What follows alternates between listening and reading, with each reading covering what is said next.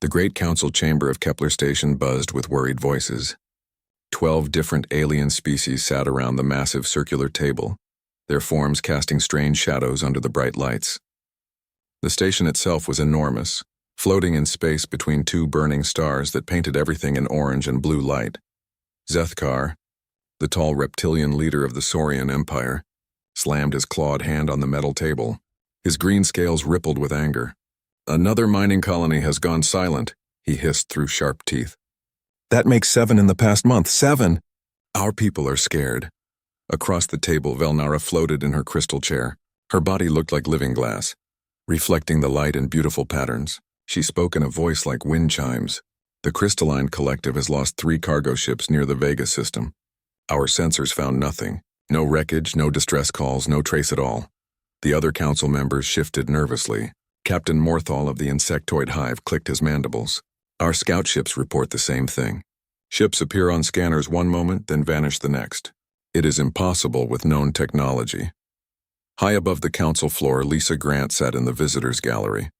She looked like any other human diplomat, with brown hair and simple clothes, but her eyes watched everything carefully. A small device hidden in her jacket recorded every word. The aliens had no idea that humans even existed, much less that one sat among them. Lisa touched a tiny button on her wrist. Miles away, hidden in the darkness between stars, human ships received her signal. The message was simple. The aliens still had no clue. Down in the council chamber, Admiral Krexnoth spread his forearms wide. The gray-skinned alien's voice boomed across the room. "We must face facts. Something is hunting our ships. Our fleets patrol these regions for decades with no problems. Now vessels disappear like smoke. But what could do this?" asked Dr. Yelmoth, her blue tentacles writhing with worry. "We have the best sensors in the galaxy. We can detect a ship from 3 star systems away. How does something this big stay hidden?" Velnara's crystal form dimmed as she thought. "My people have old stories, very old. They speak of the Void Walkers, beings who move between the stars without ships, who can walk through space itself." Several council members made sounds of disbelief. Zethkar's tongue flicked out in anger. "Stories, myths. We need real answers, not fairy tales." "Are they just stories?" Velnara asked softly. "Every world in the Crystalline Collective has the same legends. Beings who come from the darkness, who watch from the spaces between worlds. We called them the Silent Hunters." The chamber grew quiet. Even the buzzing of the air systems seemed loud. Admiral Krexnoth leaned forward. "You think these disappearances are connected to your legends?" "I think," Velnara said slowly, "that legends often carry truth. What if the Voidwalkers are real? What if they have been watching us all this time?" Captain Morthal's insect eyes gleamed. "The Hive remembers similar tales. Ancient warnings about shadow ships that leave no trace. We thought them stories to scare young ones." Lisa Grant listened to every word. In her hidden earpiece, she heard the soft voice of Jake Morrison, commander of the human fleet. "Are you getting this, Lisa?" "They're starting to piece it together." "Not yet," Lisa whispered, pretending to cough. "They think it's mythology. But they're getting nervous." The council continued to argue. Some members believed in the old stories, others demanded scientific explanations. None of them suspected the truth, that humans had been watching the galaxy for over 200 years. Zethkar stood up, his huge form towering over the table. "Stories or not, we need action. I propose we send investigation fleets to every affected region. If something is out there, we will find it." "And if these Voidwalkers are real?" Velnara asked. "What if we are walking into a trap?"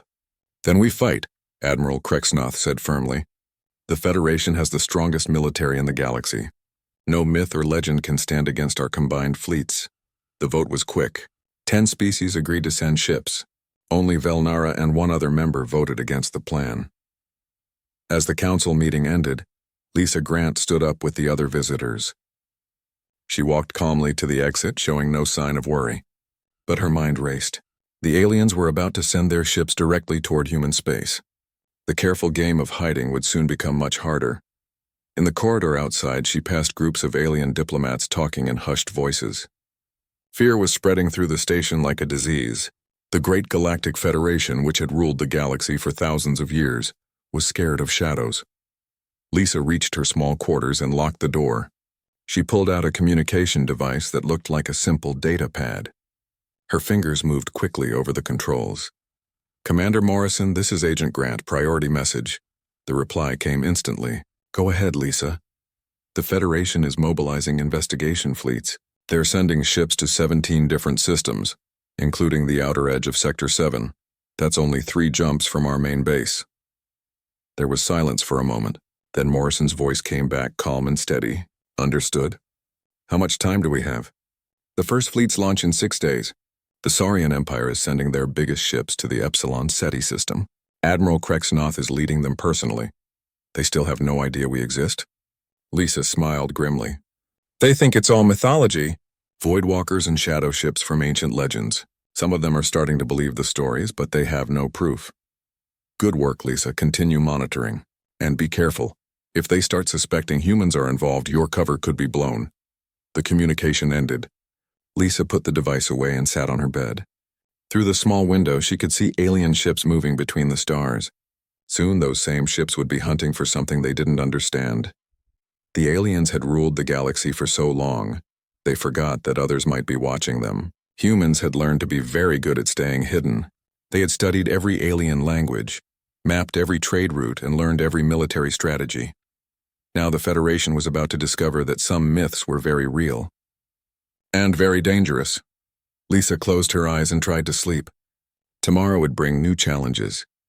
The great game between humans and aliens was about to become much more interesting. Outside her window, the 2 stars of the Kepler system burned bright against the darkness. In that darkness, human ships waited patiently for orders. The Federation had no idea that their hunters were about to become the hunted. 3 months had passed since the council meeting. Admiral Krexnoth stood on the bridge of his massive warship, the Worldbreaker. The ship was 2 miles long and carried enough weapons to destroy a small moon. Around him, 11 other heavy cruisers moved through space like metal sharks.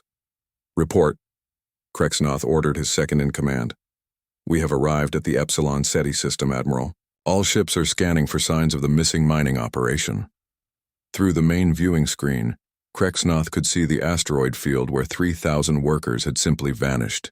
The mining station still floated there, looking perfectly normal. But no one answered their calls. Hidden behind a large asteroid, Captain Ben Carter watched the alien fleet through his ship's sensors. The USS Shadow was invisible to alien technology, using experimental human stealth systems that bent light and energy around the hull. They looked nervous, said Lieutenant Amy Foster from her tactical station. Their formations are too tight. They're expecting trouble, Carter nodded. Good. Fear makes them careless. Any word from Admiral Blake? He says to proceed with the plan. Make them see ghosts, but don't reveal ourselves fully. On the Worldbreaker, Dr. Velthos examined the readings from the mining station. The 4-armed scientist's tentacles writhed with confusion. This makes no sense, Admiral. The station has full power. All systems are working perfectly. But there are no life signs anywhere. What about the security recordings? Krexnoth asked. They show normal operations until 1427 station time, then nothing. Not even static. The recordings just stop. Krexnoth's scales turned a darker shade of green. In his long military career, he had never seen anything like this. Send boarding teams. I want every inch of that station searched. As the alien soldiers explored the empty mining facility, they found things that made no sense. Meals sat half-eaten on tables. Personal belongings were left in quarters. Work equipment was still running, but every single person was gone. Admiral, called the boarding team leader through the radio. We found something strange in the main computer core. Report. There are traces of unknown technology. Metal fragments that don't match any known alloys, and energy signatures we've never seen before. Dr. Velthos became very excited. Bring me those fragments immediately. This could be the first real evidence of who did this. While the aliens investigated, Captain Carter activated the first part of his plan. Hidden throughout the asteroid field were small human drones left behind months ago. Each drone was no bigger than a person's hand, but they carried advanced stealth technology. Release the Phantoms, Carter ordered quietly. The tiny drones came alive and began moving through the alien fleet. They were nearly invisible, appearing on sensors for only seconds before vanishing again. To the aliens, they looked like ghost ships phasing in and out of reality. Admiral, shouted the sensor operator on the Worldbreaker. Unknown contact bearing 27 Mark IV. It's moving at impossible speed. Lock weapons on target. Target lost, sir. It just disappeared. Similar reports came from ships across the fleet. The aliens saw shadows moving between their vessels, energy readings that broke the laws of physics and movement patterns that no known technology could produce. What are we dealing with? Krexnoth demanded. Dr. Veltho studied the readings with growing fear. These energy signatures suggest matter being converted to pure energy and back again. That should be impossible. No species in the galaxy has that kind of technology. On another ship, Captain Zorketh of the cruiser Doomfang was losing his nerve. Admiral, my sensors show something following us. Every time we change course, it changes too. But when we try to get a clear reading, there's nothing there.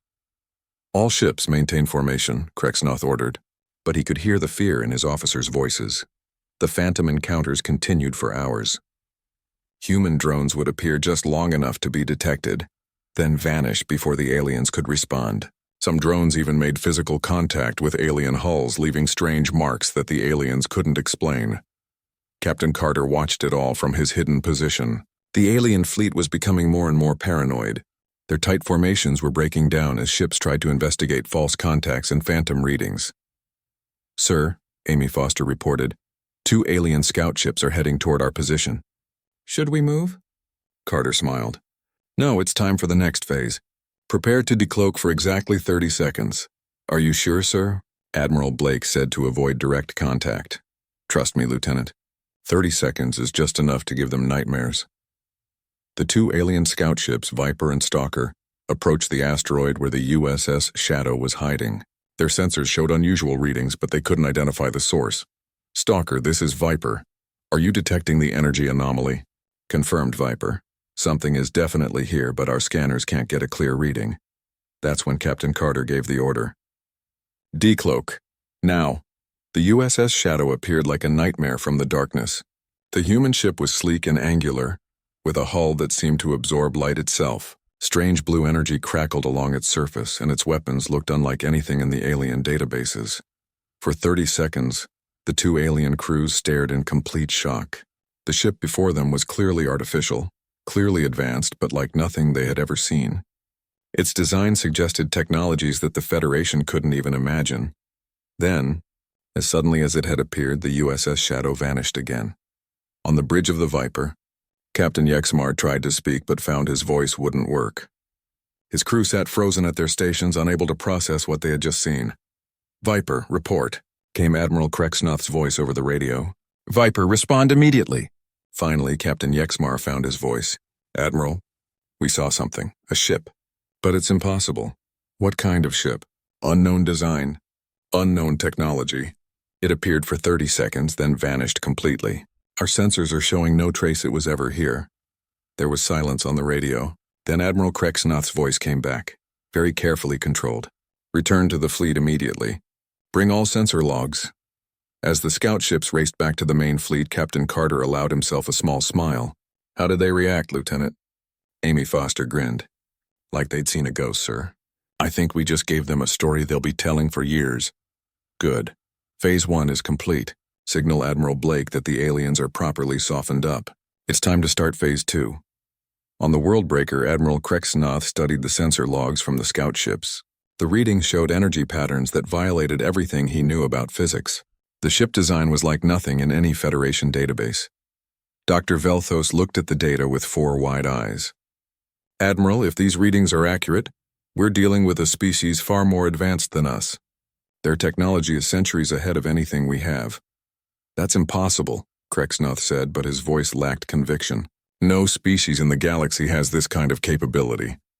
Maybe, Dr. Velthos said quietly. They're not from our galaxy. The word spread through the fleet like wildfire. The crew talked in whispers about ghost ships and phantom attackers. Ancient legends about voidwalkers didn't seem so foolish anymore. Admiral Krexnoth gave the order to withdraw from the system. As his fleet jumped to hyperspace, he couldn't shake the feeling that they were still being watched. In the darkness of space, the USS Shadow followed them for a while before turning back toward human territory. Phase 2 would begin soon, and the aliens were about to learn that their hunters were very, very real. 6 months after the first phantom encounters, panic had spread across the galaxy like a disease. The emergency council session on Kepler Station was unlike anything in Federation history. Representatives from all 12 species sat in the great chamber, but their usual pride was gone. Fear had replaced it. High Counselor Thexmira's crystal form flickered with nervous energy. The numbers are getting worse every day. We have lost over 200 ships and countless lives. 17 star systems are now considered dangerous zones. Zethkar slammed his clawed fist on the table.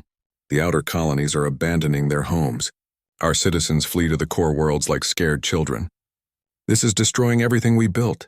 General Korthval of the Arachnid Swarm spread detailed reports across the holographic display. His insect-like face showed deep worry. Look at these attack patterns. They are not random. Someone is studying our patrol routes, our communication systems, our defensive strategies. This is not pirates or equipment failure. This is war. Admiral Krexnoth stood up slowly. The reptilian commander looked older than before, his scales dull with stress. General Korthval speaks truth. I have fought in 7 major wars. This feels different. Our enemy knows us better than we know ourselves. Enemy? Dr. Yelmoth's blue tentacles writhed nervously. We still have no proof that anyone is attacking us. Ships disappear, yes, but we find no wreckage, no survivors, no evidence of battle. Because they don't leave evidence, Zethkar roared. These ghost ships strike and vanish like smoke. They take our people somewhere we cannot follow. In the visitors' gallery, Lisa Grant continued her careful watch. The device in her jacket recorded every word while she appeared to take simple notes. The aliens were falling apart exactly as Admiral Blake had predicted. Thexamira's voice rang like crystal bells. Perhaps it is time to consider the old stories more seriously. Every species here has legends about mysterious beings from the void. What if those legends are memories? The chamber grew very quiet. Even the most skeptical council members couldn't ignore the similarities between the ancient myths and current events. My people call them the mythical children of the third world, Thexmira continued. Beings who could walk between dimensions, who possessed technology beyond our understanding. The legends say they would return when the galaxy faced its greatest crisis. As what? Asked Captain Morthal. Saviors or destroyers? The stories are unclear. They speak only of great change coming with their return. Miles away from the station, Admiral Scott Hayes stood on the bridge of his flagship, the USS Defiance. The massive human battleship was invisible to alien sensors, hidden by technology that the Federation couldn't even detect. Status report, Hayes ordered. Commander Kate Ryan stepped forward. Operation Ghost Dance is proceeding perfectly, Admiral. We've successfully mapped every major Federation facility within 200 light years. Their patrol patterns are completely predictable. And the captured vessels? We have 12 alien ships under our control, sir. Complete with original crews relocated to safe worlds. The aliens think their ships simply vanished, but we're using them for intelligence gathering. Hayes nodded with satisfaction. For over 2 centuries, humanity had watched the galaxy from the shadows.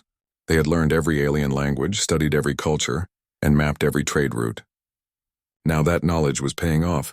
What's our next target, Commander? The Proxima Naval Base, sir. It's their main intelligence center for this sector. If we can capture their data banks, we'll know everything about Federation military operations. Excellent. Begin preparations for the strike. Back on Kepler Station, the council meeting grew more heated. Some species wanted to retreat to their homeworlds and abandon the outer territories completely. Others demanded massive military action against an enemy they couldn't identify. General Korthval spread his 6 arms wide. I propose we assemble the largest fleet in Federation history. Every species contributes their most powerful ships. We hunt these ghosts down and destroy them. Hunt what? Dr. Yelmoth demanded. We don't even know what we're fighting. Our best sensors can't track them. Our weapons can't target them. How do we fight shadows? Admiral Krexnoth's eyes gleamed with desperate determination. We force them into the open, set up massive defensive formations and key systems, use our civilian populations as bait. When they strike, we'll be ready. The suggestion horrified some council members, but others nodded in agreement. Fear was making them consider options they would never have accepted before. There is another possibility, Thexmira said quietly. What if we try to communicate with them? The old story suggests these beings are not evil, merely different. Zethkar's laugh was bitter. Communicate with creatures that steal our people and vanish our fleets? They have shown no interest in talking. Perhaps because we have shown no interest in listening, Thexmira replied. The debate continued for hours. Finally, they reached a decision. The Federation would assemble Armada Prime, the largest military force in their history. Ships from all 12 species would gather in the Kepler 442 system for a massive hunt. As the council session ended, Lisa Grant stood with the other visitors. She had heard enough to know that humanity's secret war was about to become something much bigger. In her quarters, she sent her final report to Admiral Hayes. They're mobilizing everything they have. Over 300 capital ships will gather in Kepler 442 within 2 weeks. Hayes's reply came quickly.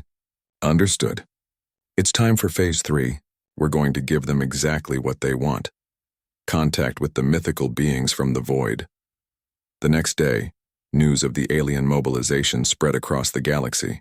Civilian populations watched with hope and fear as the greatest military force in galactic history prepared for battle against an unknown enemy. On colony worlds throughout Federation space, families gathered around news broadcasts. Children asked their parents about the ghost ships and void walkers. Some adults remembered the old stories their grandparents had told them and wondered if those tales might be true after all. Meanwhile, human fleets moved through the darkness between stars. Admiral Blake's massive solar fleet had been waiting for this moment for decades. 800 of humanity's most advanced warships began their journey toward the Kepler 442 system. Commander Ryan stood on the bridge of the USS Defiance as stars streaked past. Are you sure we're ready for this, Admiral? Once we reveal ourselves, there's no going back to hiding. Admiral Hayes smiled grimly. Humanity has been preparing for this day since we first left Earth. The aliens think they're hunting ghosts and legends. They're about to learn that some myths are very, very real. The stage was set for the greatest confrontation in galactic history. On one side, the combined might of 12 alien species who had ruled the galaxy for millennia. On the other, a single species that had learned to hide in the shadows and strike without warning. The Federation believed they were hunting mysterious attackers. They had no idea they were about to meet humanity for the first time. In the darkness of space, both fleets moved toward their destiny. The age of human secrecy was about to end and the galaxy would never be the same again. The Kepler 442 system had become the largest military gathering in galactic history. Armada Prime stretched across space like a metal city, with over 300 massive warships from 12 different species. At the center of the formation, Admiral Zarathol's command ship Eternal Glory coordinated the greatest hunt the galaxy had ever seen. Admiral Zarathol floated in her command chair, her ethereal form glowing with soft blue light. Around her, holographic displays showed the positions of every ship in the Armada. Status report from all fleet commanders. One by one, the alien admirals reported their readiness. Saurian dreadnoughts with planet-killing weapons, crystalline vessels that could phase through solid matter, insectoid swarm ships that moved like living creatures. The combined firepower could destroy entire star systems. All sensors are at maximum sensitivity, reported Admiral Krexnoth from the Worldbreaker. If these ghost ships appear anywhere within 50 light years, we will detect them. General Korthval's voice buzzed with excitement. My swarm ships are positioned in hunting formations. When the phantoms reveal themselves, they will find no escape. But even as the alien commanders spoke with confidence, fear lurked in their voices. The mysterious attackers had proven capable of impossible things. Many crew members wondered if their mighty armada would be enough. At the edge of the star system, space itself seemed to ripple and bend. Reality twisted as the human fleet emerged from hyperspace, using technology that the aliens couldn't even imagine. Admiral John Blake stood on the bridge of his flagship, the USS Enterprise. Around him, 800 human warships materialized from the darkness. Each vessel was a masterpiece of engineering, built with technologies that seemed to defy the laws of physics. All ships report ready. Admiral, said Captain Tony Walsh, the fleet is in formation and weapons are powered. Blake nodded as he studied the alien armada on his displays. Dr. Torres, are you ready for first contact? Dr. Rachel Torres checked her translation equipment one final time. The xenolinguist had studied alien languages for 30 years, preparing for this moment. All communication systems are online, sir. I can speak to them in any of their major languages. Then let's introduce ourselves to the galaxy. The human fleet moved forward, and space around them seemed to bend and flow. Their ships phased in and out of normal reality, creating an effect that looked like magic to anyone watching. The hulls absorbed light itself, making the vessels appear as moving holes in space. On the alien command ship, the sensor operator's voice cracked with fear. Admiral Zarathul! Massive energy signatures appearing at the system edge. Unknown vessels. Hundreds of them. The main viewing screen flickered to life, showing the approaching human fleet. The alien bridge crew fell silent as they watched ships that moved like living shadows, bending light and space around them. Impossible, whispered Admiral Zarathul. Those energy readings suggest they're manipulating fundamental forces. No known species has that capability. Admiral Krexnoth's voice came over the communication system, tight with fear. All ships prepare for battle. Unknown fleet approaching. Energy signatures are off all known scales. But before any alien could give the order to fire, Dr. Torres opened a communication channel that reached every ship in both fleets. Her voice, speaking perfect galactic standard, filled the silence. Attention. Vessels of the Galactic Federation. We are the children of Earth, the third world of the Sol system. For 3 centuries we have watched you from the shadows, learning your languages, studying your cultures, and preparing for this moment. The words hit the alien fleet like a physical blow. Crew members across hundreds of ships stared at their communication screens in shock. We are not your enemies, Dr. Torres continued, but we will no longer remain hidden. We are humanity, and we have come to talk. Admiral Zarathul tried to speak but found her voice gone. Around her, bridge officers struggled to process what they were hearing. The ghost ships, the phantom attackers, the mysterious disappearances. It had all been one species. A species that had been watching them for centuries. Admiral Blake took over the communication. I am Admiral John Blake of the Human Solar Fleet. We know this comes as a shock, but we felt it was time for proper introductions. On the World Breaker, Admiral Krexnoth stared at the human ships with growing horror. The Void Walkers, he whispered. The ancient legends were true. They're real. General Korthaval's mandibles clicked rapidly with fear. My sensors show impossible readings. Their ships are moving through dimensions we can't even detect. How long have they been watching us? Admiral Blake's voice answered as if he had heard the question. We have been observing galactic civilization since your ancestors first learned to build starships. We have watched your wars, studied your cultures, and learned your languages. We know everything about you. The implications crashed over the alien fleet like a wave. Every secret military base, every classified weapon, every hidden strategy. Humanity knew it all. Dr. Torres spoke again, her voice gentle but firm. We want you to understand why we remained hidden. We needed to evaluate what kind of civilization you had become. We needed to see if you were worthy of contact. Worthy? Admiral Zarathul finally found her voice. What gives you the right to judge us? The same right that gives you the authority to rule over primitive species, Admiral Blake replied calmly. The right of superior technology and wisdom gained through experience. The human fleet moved closer, and the aliens could see details that made their worst fears real. The human ships were clearly centuries ahead of anything in the Federation. Weapons that could manipulate matter itself, shields that bent space-time, engines that traveled between dimensions. What do you want from us? Admiral Zarathul demanded. Admiral Blake's voice carried no threat but also no room for argument. We want change. We have watched the Federation expand across the galaxy, consuming resources and subjugating primitive species. We have seen your wars, your greed, your cruelty to those weaker than yourselves. Captain Tony Walsh stepped forward on the human flagship. Sir, they're trying to target us with their weapons. Should we demonstrate our defensive capabilities? Not yet, Captain. Let them try.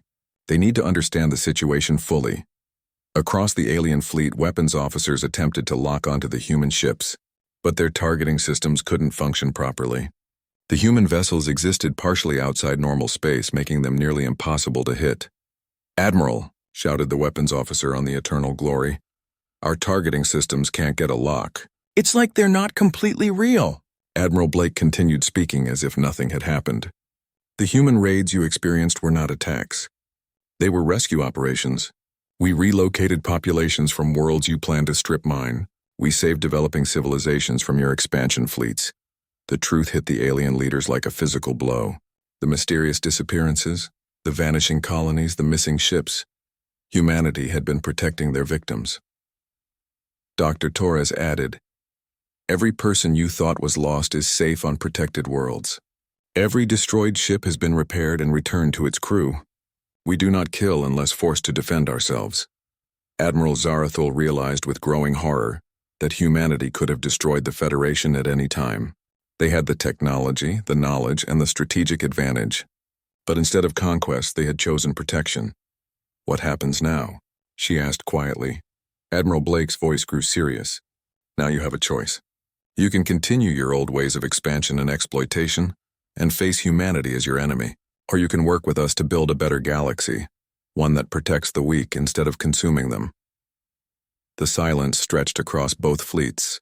800 human ships faced 300 alien vessels, and everyone knew which side held the real power. You're asking us to change everything, Admiral Zarathul said. We're asking you to grow up, Admiral Blake replied. Humanity went through the same phase. We fought wars, destroyed our environment, and oppressed our own people. But we learned. We evolved. Now it's your turn. General Korthval's voice was barely a whisper. And if we refuse? The human fleet suddenly revealed its full power. Energy readings spiked beyond anything the aliens had ever seen. Weapons that could crack planets charged to full power. Shields that could deflect the explosion of a star snapped into place. Then, Admiral Blake said quietly, you will learn why every species in the galaxy has legends about beings from the void. You will discover why ancient civilizations spoke of the silent hunters who bring judgment from the darkness between stars. The message was clear. Humanity had been watching, learning, and preparing for 3 centuries. They could destroy the Federation without effort, but they preferred cooperation to conquest. The greatest military force in galactic history faced a simple choice: evolve or face extinction at the hands of beings they had dismissed as myths. 6 months had passed since the confrontation at Kepler 442. The massive diplomatic complex built in neutral space looked like a city floating among the stars. Inside its gleaming halls, representatives from 13 species worked to reshape the galaxy. President Sarah Mitchell sat at the head of the conference table, the first elected leader of the United Earth government. Around her, alien diplomats who had once dismissed humans as myths now hung on her every word. The final draft of the Terran Accords is complete, announced Ambassador Kevin Lee, humanity's chief negotiator. After months of discussion, we have reached agreements that will benefit all our peoples. High Counselor Thexmira's crystal form flickered with cautious hope. These accords represent more than a treaty. They offer a new vision for galactic civilization. The negotiations had been difficult. Some alien species struggled to accept humanity's terms, especially the requirements for protecting primitive civilizations and limiting resource extraction. But the alternative was clear: face humanity as an enemy which no one wanted. Admiral Zarathul, now serving as the Federation's military liaison, spoke carefully. The technology-sharing provisions are generous. Humanity offers medical advances that could save billions of lives. And in return, Ambassador Lee said, we ask only that you use these gifts responsibly. The galaxy has enough war and suffering. Not everyone was happy with the changes. Admiral Krexnoth's replacement, General Rexthol, represented the Saurian hardliners who still resented humanity's dominance. These accords strip away our sovereignty. We become junior partners in our own galaxy. President Mitchell leaned forward, her voice firm but not hostile. No one is taking away your sovereignty, General. We're asking you to use it wisely. The old ways of unlimited expansion and resource exploitation are finished. Says who? Rexthol challenged. What gives humans the right to dictate terms to species that ruled the galaxy before your planet had intelligent life? The room grew tense. This argument had come up many times during the negotiations. Captain Lisa Grant, no longer hiding her identity, spoke from her position near the door. What gives us the right is simple, General. We're stronger than you, we're smarter than you, and we're more unified than you. But instead of using that strength to conquer, we choose to cooperate. Her words were blunt but honest. Every being in the room knew that humanity could have crushed the Federation completely. The fact that they offered partnership instead of domination was a gift that some still struggled to accept. Dr. Torres, now serving as humanity's cultural liaison, added gently, every species goes through growing pains, General. Humanity nearly destroyed itself 3 times before we learned to work together. We're offering to help you skip some of those painful lessons. The final voting session took place in the Great Assembly Hall. Representatives from all 13 species gathered to formally approve the Terran Accords. The document was massive, covering everything from trade agreements to joint military operations to protocols for contacting primitive civilizations. The Crystalline Collective votes to approve, Thexamira announced, her voice ringing like crystal bells. The Insectoid Hive approves, clicked Captain Morthal. One by one, the species voted. Even the reluctant Saurian Empire eventually agreed, knowing they had no real choice. When the voting ended, President Mitchell stood to address the combined assembly. Today marks a new beginning for our galaxy. For the first time in history, all advanced species are united under common principles of protection and cooperation. She paused, looking out at the mix of human and alien faces. Humanity doesn't seek to rule over you. We seek to work with you. Together we can build something better than any of us could achieve alone. The applause was mixed. Enthusiastic from some species, polite from others. But it was universal. Later that evening, Ambassador Lee met privately with several alien representatives who had become genuine friends during the negotiations. "I must ask," said Dr. Yelmoth, her blue tentacles curled with curiosity, "why did humanity really reveal itself? You could have remained hidden forever." Lee smiled. "Because hiding wasn't the goal. We were preparing for this moment, when we could guide the galaxy toward something better. We spent 3 centuries learning everything about you so we could help you evolve. Like teachers," Thexamira observed. "Like older siblings," Lee corrected. "We went through the same struggles you're facing now. War, greed, environmental destruction, oppression of the weak. We nearly wiped ourselves out several times, but we learned from our mistakes." Captain Morthal clicked his mandibles thoughtfully. "And now you want to help us learn from your mistakes instead of making our own?" "Exactly. The galaxy doesn't need to repeat humanity's painful history. We can share our hard-won wisdom and build a better future together." 3 weeks later, the first joint human-alien expedition departed for the Andromeda Spiral. The exploration fleet included ships from 7 different species, all working together under the new protocols established by the Terran Accords. Admiral Blake, now serving as commander of the Joint Galactic Fleet, stood on the bridge of the USS Horizon as the mixed fleet prepared to jump to hyperspace. "All ships report ready for departure," announced Captain Walsh. Through the viewing ports, Blake could see alien vessels flying alongside human ships. Saurian cruisers worked with human frigates. Crystalline scouts coordinated with insectoid fighters. It was a sight that would have been impossible just 1 year ago. "Take us out, Captain. Let's go see what's waiting for us in the next galaxy." 20 years later, the changes were everywhere. On New Geneva Station, human and alien children attended school together, learning about the diverse cultures that now shared the galaxy peacefully. The wars between major species had become history. Primitive civilizations were protected by joint guardian fleets instead of being exploited. Dr. Sarah Kim, a human xenobiologist, worked alongside her crystalline colleague Velnorin in a research lab that would have been unimaginable 2 decades earlier. They were developing new medical treatments using knowledge from 6 different species. "The neural regeneration therapy is working perfectly," Velnorin reported, her crystal form glowing with excitement. "The combination of human stem cell research and our crystalline healing matrices is saving lives across the galaxy." Through the lab windows, they could see construction teams building new colonies designed to house multiple species comfortably. Human engineering combined with alien environmental science had created worlds that were perfect for everyone. In the old Federation Council chambers, now expanded to include human representatives, President Mitchell's successor addressed the combined government. Earth had elected its 3rd president since first contact, showing that democracy had survived the transition to galactic politics. Trade between all member species has increased by 400% since the Terran Accords, reported the economic minister. The sharing of technology and resources has created prosperity that none of us could have achieved alone. The military reports were even better. Joint defense fleets patrolled the galaxy, protecting everyone from pirates and hostile outsiders. The old competition between species had been replaced by cooperation against common threats. But perhaps the most important changes were happening on the frontier. First contact protocols developed by human-alien teams ensured that newly discovered civilizations were protected and guided instead of conquered or exploited. Admiral Hayes, now retired but serving as an advisor, watched a new first contact mission launch from Kepler Station. "Hard to believe it all started with them thinking we were myths," he said to his old friend Captain Carter. Carter grinned. "We were myths, sir. We were the legends their ancestors told about beings from the void who would bring great change. We just turned out to be the good kind of change." The galaxy had indeed been transformed.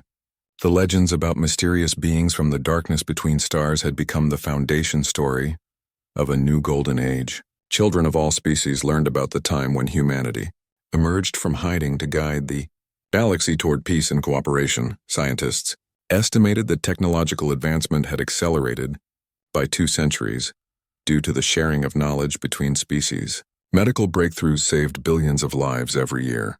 Environmental restoration projects brought dead worlds back to life. Most importantly, the cycle of conquest and exploitation that had defined galactic civilization for millennia was finally broken. Primitive species were protected until they could defend themselves. Resource extraction was carefully managed to avoid environmental damage. Wars between major powers became diplomatic negotiations. The beings from the void had kept their promise. They brought change to the galaxy, not through conquest, but through the patient sharing of wisdom earned through humanity's own painful history. In the end, the greatest victory wasn't military or technological.